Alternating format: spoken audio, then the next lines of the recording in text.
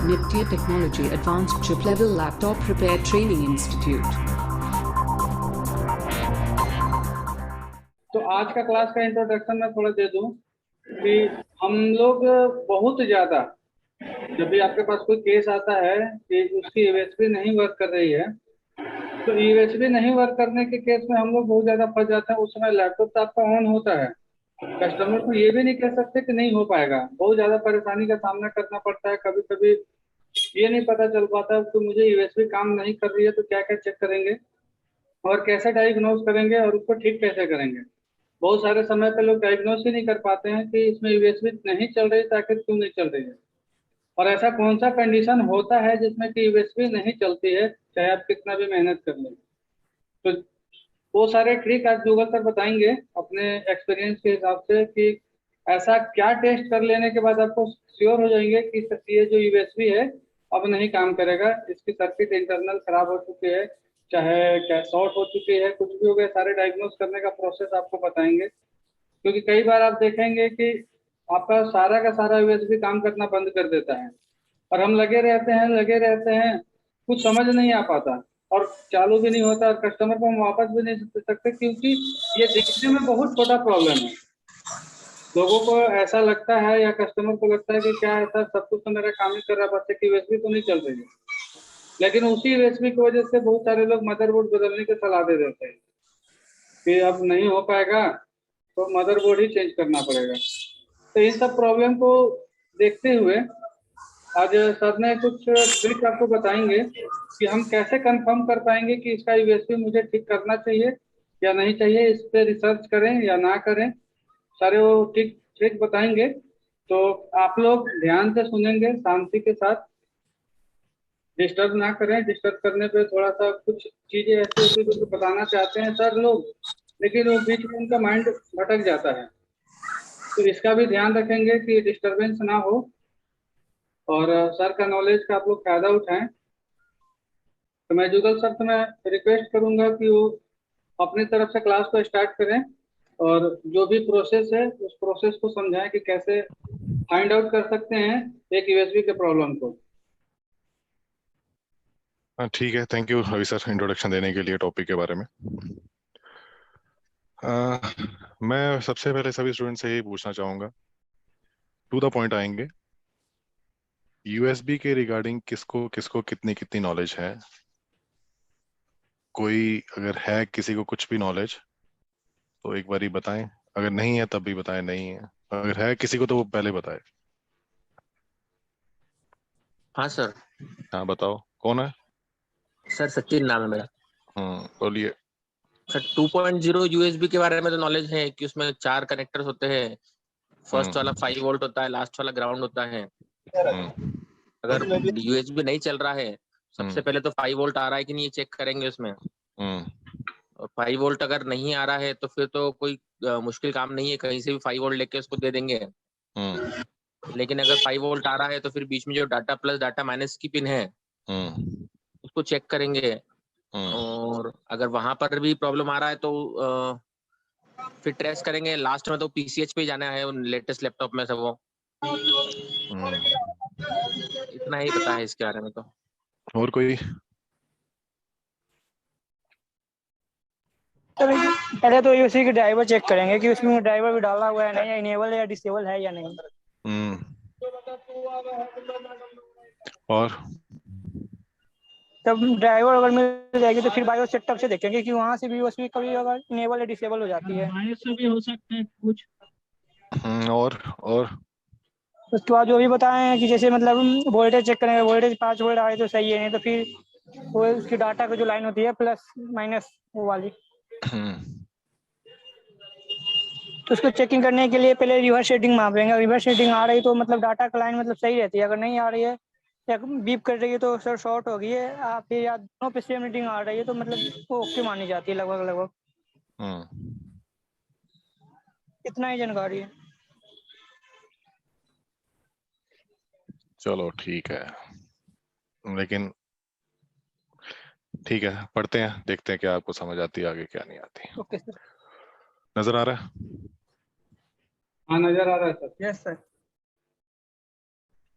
देखो, ये एक हमारा DB2000 का मदरबोर्ड है, उसकी ब्लॉक डायग्राम है। ये N5010 है डेल का, i3 जनरेशन, i5 जो नई नेक्स्ट जनरेशन है, मतलब कोर ड्यूल कोर के बाद वाली वो है। और ये कुछ 6-7 जनरेशन होगा जहां तक मेरा आइडिया है। एक सेकेंड, हाँ 6 बोरवेल जनरेशन। है मतलब 6 हाँ हाँ 6 जनरेशन। रैंडमली मैंने उठाया सर्किट डायग्राम्स, कोई चूज करके नहीं उठाई, जस्ट बिकॉज कि एक बारी कॉन्सेप्ट क्लियर है तो आप कोई भी मदरबोर्ड उठा सकते हो, आपको कोई दिक्कत डरने वाली कोई बात नहीं है। चलिए सबसे पहले DB2000 से आते हैं। देखो हमारे मदरबोर्ड में जो इंटेल चिप होती है, जो पहले ICH होती थी, अब PCH है, और अब SoC चिप बन गई है, जैसे प्रोसेसर और PCH के मिलने से। इंटेल चिप के बारे में आपको उस दिन रवि सर ने भी बताया था, जैसे इसको ICH कहते थे पहले, इनपुट आउटपुट कंट्रोलर हब, अब उसके बाद PCH हो गया, पेरिफेरल कंट्रोलर हब, या फिर प्लेटफॉर्म कंट्रोलर हब भी बोलते हैं। कंट्रोलर हब से उन्होंने उस दिन बताया था कि ये बहुत सारे कंट्रोलर्स का हब है, इसके अंदर बहुत सारे कंट्रोलर्स हैं जिनको ये कंट्रोल करता है। ठीक है, जैसे आप देखेंगे इसके अंदर ये है USB 2.0, देखना USB 2.0 है इसके अंदर, जिसकी ये एक टेक्नोलॉजी है। USB को USB पोर्ट नहीं समझना आप लोगों ने, USB एक टेक्नोलॉजी है। ठीक है, उस टेक्नोलॉजी की मदद से कैमरा भी चल रहा है, ब्लूटूथ भी चल रहा है, और USB into 3, मतलब इस मदरबोर्ड में 3 USB पोर्ट्स हैं। इसी तरीके से इसके अंदर एक SATA का कंट्रोलर है, इसी तरीके से पाटा है।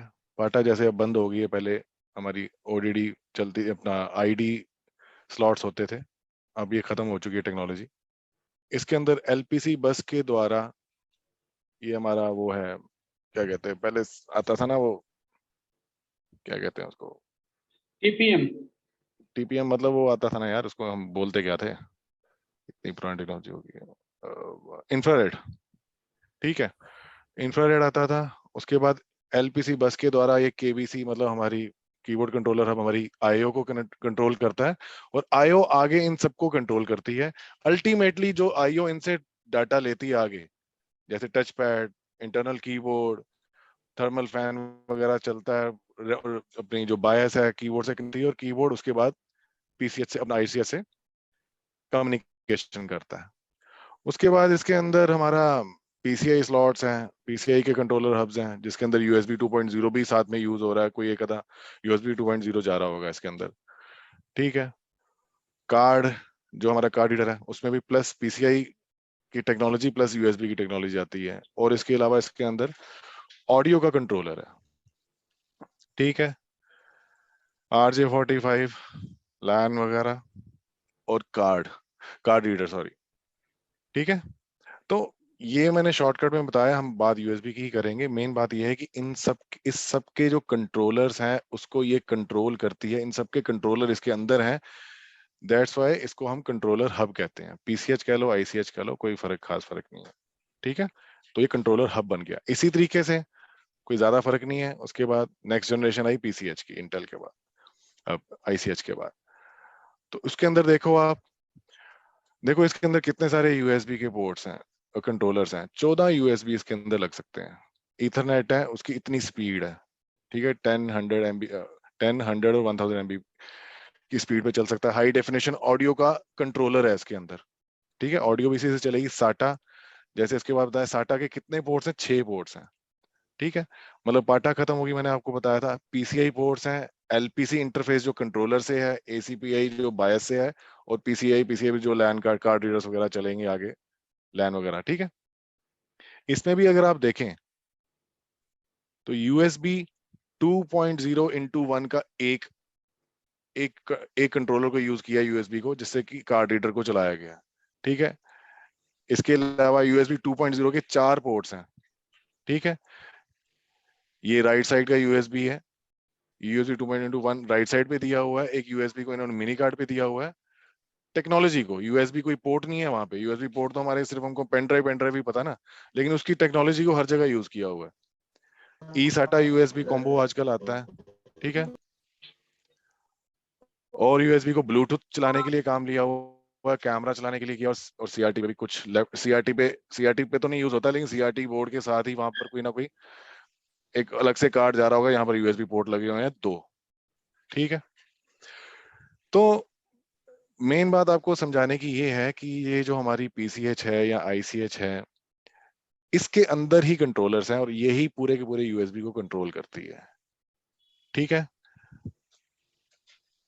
थोड़ा सा आपको फास्ट होना पड़ेगा सीखने में, नहीं कुछ समझ, क्योंकि इसमें इतना दिमाग लगाने वाली बात नहीं, इसलिए इसके ऊपर मैं ज्यादा कंसंट्रेट भी नहीं कर रहा, ज्यादा एक्सप्लेन भी नहीं कर रहा। सिर्फ इतनी सी बात आपने याद रखनी है कि हमारा जो पीसीएच है या आईसीएच है वो यूएसबी को चलाने के लिए जिम्मेवार है, उसका कंट्रोलर इसके अंदर होता है। बस इतनी बात आपको समझाने के लिए, इसलिए मैंने बड़ा फास्ट फास्ट तरीके से खत्म किया है, क्योंकि ये एक डेमो क्लास है, ना ही मैं आपको बोल रहा हूँ कि नोट्स बनाओ बैठ के साथ में। जब हम उसकी बात करते हैं तब हम बहुत ज्यादा डिटेल में जाते हैं, तो इसलिए आप इसको थोड़ा सा शॉर्ट में समझिए, क्योंकि थोड़ा सा टॉपिक को समझाने में इजी हो जाए, जल्दी हो जाएगा। ये थोड़ा लेटेस्ट जनरेशन का है, थोड़ा बहुत 6th जनरेशन का है। ठीक है, ब्रॉड वाला तो इसमें भी आप देखिए सेम ही रहेगा, कोई ज्यादा फर्क नहीं है, आप देखेंगे तो सेम ही है। ये यूएसबी है इंटू 8, उसी यूएसबी पे ये यूएसबी चलाया है, यूएसबी 3.0 इंटू 1, मतलब एक पोर्ट है। यूएसबी 2.0 के 2 पोर्ट हैं, कैमरे को भी इसी से चलाया, फिंगरप्रिंट सेंसर को भी इसी से चलाया, टच स्क्रीन पे जो सेंसिंग होती है उस पे भी इसको यूज किया हुआ है, इस टेक्नोलॉजी को। तो इसके अंदर ये जो कार्ड रीडर वगैरह पहले उसमें चल रहे थे, उनको सबको इसमें इन्होंने, बस इतना फर्क आ गया कि इसमें जो कार्ड रीडर वगैरह चल रहे थे पहले वो यूएसबी टेक्नोलॉजी पे चल रहे थे, अब इसमें साटा टेक्नोलॉजी पे चला रहे हैं उन सबको। साटा पे देखो आप सीडी रोम, डीवी राइटर, अपना सीडी रोम, हार्ड डिस्क और ये मिनी कार्ड्स वगैरह, ठीक है, लैन कनेक्टर वगैरह, सारा साटा टेक्नोलॉजी पे ही कर दिया। इन चीजों का फर्क आ रहा है। तो इसका मतलब इस पर्टिकुलर लैपटॉप में अगर फिंगरप्रिंट सेंसर की कोई दिक्कत आएगी तो हमको यूएसबी सेक्शन को ही देखना पड़ेगा। ठीक है, लेकिन मिनी कार्ड के रिलेटेड कोई दिक्कत आती है, कार्ड रिलेटेड कोई दिक्कत आती है, तो उस केस में हम इसमें यूएसबी पोर्ट, यूएसबी सेक्शन को नहीं देख सकते। लेकिन इससे पहले वाले मदरबोर्ड्स के अंदर जैसे हमने देखा था, तो हमारे कार्ड रीडर्स वगैरह यूएसबी टेक्नोलॉजी पे चल रहे थे, तो उसमें हम यूएसबी को ही, सेक्शन को ही देखेंगे। तो आपने इस तरीके से ब्लॉक डायग्राम से एकदम से आपका फॉल्ट उसके रिलेटेड कुछ आया है, तो आपने देख लेना कि इसमें टेक्नोलॉजी कौन सी यूज की गई है, कौन सी टेक्नोलॉजी से इसको करेगी, तो अपना पीसीएच ही रीड उसको या उसको कंट्रोल, लेकिन कौन सी टेक्नोलॉजी उसकी पीसीएच की कौन सी वाली टेक्नोलॉजी यूज की है, ताकि आप उस फॉल्ट को उसी सेक्शन के अंदर चेक कर पाए। ठीक है, चलो हम पहले थोड़ा इजी वाला लेते हैं सिस्टम, डीवी 2000 से ही लेते हैं। एक मिनट में थोड़ा सा स्क्रीन सेट कर लूं। अब यूएसबी में सबसे पहले हम पोर्ट पे ही चलते हैं, यूएसबी पोर्ट पे, वहीं से शुरू करेंगे। देखो कोई भी यूएसबी पोर्ट है, जैसे अभी कुछ स्टूडेंट्स ने बताया 4 पॉइंट है उसमें,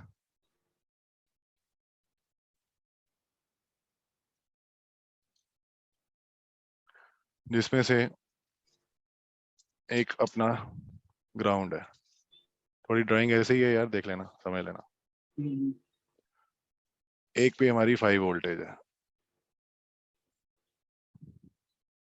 ठीक है, इन दोनों को हम पॉजिटिव नेगेटिव बोल लो, चलो फिलहाल थोड़ी देर के लिए। अब इसमें इसकी शेप मदरबोर्ड में सिखाने के टाइम पे, सर्किट डिजाइन के टाइम पे कुछ भी बनाई हो सकती है, लेकिन आप मान के चलना ये 4 पॉइंट ही हैं। ठीक है, नॉर्मल यूएसबी की बात कर रहे हैं हम। तो आप देखोगे इस पोर्ट के अंदर हमारी एक तो सप्लाई, पहली नंबर पिन पे हमारी सप्लाई आती है, सेंटर की 2 नंबर पिन पे डाटा आता है, पॉजिटिव नेगेटिव और ग्राउंड है, और ये पीछे वाले ग्राउंड हमारा जो उसका जैक है उसके ग्राउंड है। अब इसमें हमने देखो सबसे पहले ये चेक करना होता है, सपोज किसी बोर्ड में एक्चुअली फॉल्ट आते क्या हैं यूएसबी के रिलेटेड। यूएसबी के रिलेटेड फॉल्ट आते हैं कि यूएसबी चल नहीं रहा, या पर्टिकुलरली कोई एक यूएसबी नहीं चल रहा। इसके अलावा और कोई फॉल्ट कोई है किसी के पास कोई आइडिया? नहीं, फॉल्ट तो ऐसा ही आता है, कभी कभी फॉल्ट ऐसा भी आता है इसमें कि कोई छोटी डिवाइस चलती है, बड़ी डिवाइस नहीं चलती, मतलब हेवी डिवाइस नहीं चलती, माउस वगैरह तो चल जाते हैं। कभी वो कभी भी ऑफ हो जाता है सर, यूएसबी लगाने के बाद लैपटॉप ही ऑफ हो जाता है। सर एक फॉल्ट ऐसा आता है कि उसमें कुछ यूएसबी में कुछ अपन लगाते हैं तो ब्लू स्क्रीन आ जाती है। चलो ठीक है, मेन फॉल्ट तो आप ये लेके चलो कि यूएसबी चलता है और नहीं चलता है, उसके अलावा ये जो बीच वाले जितने भी फॉल्ट है सारा डाटा से ही आएंगे और किसी चीज से नहीं आएंगे। ठीक है, तो हम इसमें ये चीज देखते हैं अब कि पहले तो हमारी ये 5 वोल्टेज सप्लाई आपकी कहाँ से आती है, आप सबको मोस्टली पता ही होगा। ठीक है, जैसे अभी हमने थोड़ी देर पहले देखा ये इस रेगुलेटर से आ रही है। ठीक है, रेगुलेटर की, किसी भी रेगुलेटर की क्या रिक्वायरमेंट होती है? एक तो उसको वोल्टेज इन चाहिए और वो वोल्टेज आउट करेगा। ठीक है, वोल्ट इन आएगी, वोल्ट आउट करेगा, इनेबल जब उसको मिलेगी। यही हमारी 3-5 के सेक्शन में और बाकी सेक्शंस के अंदर भी यही होता है। जैसे हम जिसमें कहते हैं ना 3 वोल्टेज पहले बनती, 5 वोल्ट बाद बनती, वो सब इनेबल पे डिपेंड करता है कि सर्किट डिजाइनर ने इनेबल उसको जब दिया उस टाइम पे ही बनेगी। कईयों में ऑन होने से पहले बनती, कईयों में ऑन होने के बाद बनती है। ठीक है, तो मेन चीज कि वोल्ट इन आएगी, वोल्ट आउट होगा, लेकिन जब तक इनेबल नहीं आएगा तब तक नहीं। तो जैसे ही इस सर्किट को यूएसबी ऑन अंडरस्कोर हैश का इनेबल सिग्नल मिलेगा, ये वोल्टेज 5 वोल्टेज जो 2 और 3 नंबर पिन पे आ रही है, ये 6, 7, 8 पे विड्रॉ होके आगे हमारे सर्किट पे चले जाएगी। ठीक है, यूएसबी पोर्ट पे चले जाएगी। आगे कैपेसिटर लगे हैं, ये एट द रेट जहां जहां लिखा है वहां मान के चलना कि वहां पर कैपेसिटर नहीं लगा होगा। ये एक डीकपलिंग कैपेसिटर लगा हुआ है खाली, ये दोनों कैपेसिटर्स नहीं लगे। एट द रेट लिखा है तो 99% चांसेस ये हैं कि यहाँ पर कैपेसिटर नहीं लगे होंगे। इस कैपेसिटर ने उसको फिल्टर किया। ठीक है, थोड़ा बहुत अगर कोई कमी पेशी रहे, एक्चुअली क्या होता है, हमारा मदर बोर्ड जो होता है ना, प्रॉपर प्योर डीसी पे ही काम करता है। तो उस केस के अंदर कैपेसिटर्स जगह जगह पर यूज करने पड़ते हैं हमको। ठीक है, ताकि कहीं पर भी एसी पल्स हल्की मोटी भी बनती है तो वो दिक्कत ना करे। ठीक है, और दूसरा ये जो डीकपलिंग कैपेसिटर लगा इसलिए भी होता है कि वो थोड़ा सा चार्ज करके भी रखे अपने आप को। ठीक है, कि पीछे से अगर कोई माइनर सा भी वोल्टेज कम ज्यादा फ्लक्चुएट होती भी है तो ये अपने आप को चार्ज करके रखता है, जिसके कारण आगे जो यूएसबी को सप्लाई जाती है वो कांस्टेंट जाती है एकदम। एक तो प्योर डीसी होती है प्लस कांस्टेंट होती है, उसमें कोई भी गार्बेज नहीं होता बिल्कुल भी उसके अंदर। ठीक है, तो अब सपोज ये यूएसबी, आप जैसे हम कह रहे थे अभी की फॉल्ट आता है कि यूएसबी पेन ड्राइव लगाने पे सिस्टम स्टक ही हो जाता है, हैंग भी हो जाते हैं सिस्टम कईयों में। तो उसमें आपको ये सेक्शन तो इस तरीके से ही देखना पड़ेगा कि कहीं ये जो कैपेसिटर है ये कहीं लीकेज तो नहीं है, लीकी तो नहीं है। क्योंकि अगर ये लीकी होगा तो 5 वोल्ट एक कांस्टेंट नहीं रह पाएगी, लगेगी तो सही वो 5 वोल्ट, लेकिन वो हिल रही होगी, इंटरनली हिल रही होगी, वो मल्टीमीटर पे तो पता ही नहीं लगती बिल्कुल भी, इतनी माइनर होती है। तो उस केस के अंदर कुछ भी फॉल्ट आ सकता है उसके रिलेटेड के नहीं आ सकता। हमें तो मतलब ये है कि सर्किट में दिक्कत आई तो हमने सबसे पहले ये चेक करना है 5 वोल्टेज। ये नहीं आपने कहना कि मैं कहीं से भी पहुंचा दूंगा, वो उस केस में होता है कि जब आपके पास लिटरली कोई ऑप्शन है नहीं। लेकिन अगर सपोज आप सोचो, अभी जैसे किसी स्टूडेंट ने बोला था कि सर अगर यूएसबी 5 वोल्ट नहीं आ रही होगी तो कोई बात नहीं, हम कहीं से भी जंपर मार के उठा के उस पर पहुंचा देंगे। मैं कहता हूँ ठीक है, आपने यूएसबी तो पहुंचा दी, यहाँ से उठा, यहाँ से कहीं सपोज ये खराब हो गया या कहीं से आपको नहीं पता लगा कहाँ से नहीं आ पा रही, आपने कहीं से भी जंपर उठाया मार दी, लेकिन एक्चुअली ये सिस्टम यूएसबी पे 5 वोल्ट कब जा रहा है? जब उसका पीछे का लॉजिक यूएसबी को ऑन होने के लिए कह रहा है। ये यूएसबी ऑन का जो सिग्नल हैश करके आ रहा है, जब तक ये इनेबल नहीं आएगा तब तक ये 5 वोल्टेज आगे नहीं जाएगी और तभी वो यूएसबी पोर्ट पे पहुंचेगी। लेकिन आपने कर दिया बाईपास। जब आपने बाईपास कर दिया तो ये यूएसबी ऑन का सिग्नल कंट्रोलर से आता है, तो सपोज पीछे कोई फॉल्ट होगा जिसके कारण इसने इसको लो करके रखा हुआ था, तो उस केस में यूएसबी चल तो जाता है और कई बार नहीं भी चलता, खाली 5 वोल्टेज पहुंचाने के बावजूद भी नहीं चलता क्योंकि यूएसबी ऑन का सिग्नल आया ही नहीं है। जब यूएसबी ऑन का सिग्नल नहीं निकलेगा, आपने 5 वोल्टेज तो पहुंचा दी, लेकिन डाटा और क्लॉक जो पीसीएच ने भेजना है, कंट्रोलर ने उसको बताया हुआ है या उसने कंट्रोलर के द्वारा उस चीज को यूएसबी ऑन को बंद रखा हुआ है, तो आपका जबरदस्ती 5 वोल्टेज पहुंचाने से भी कुछ नहीं होगा।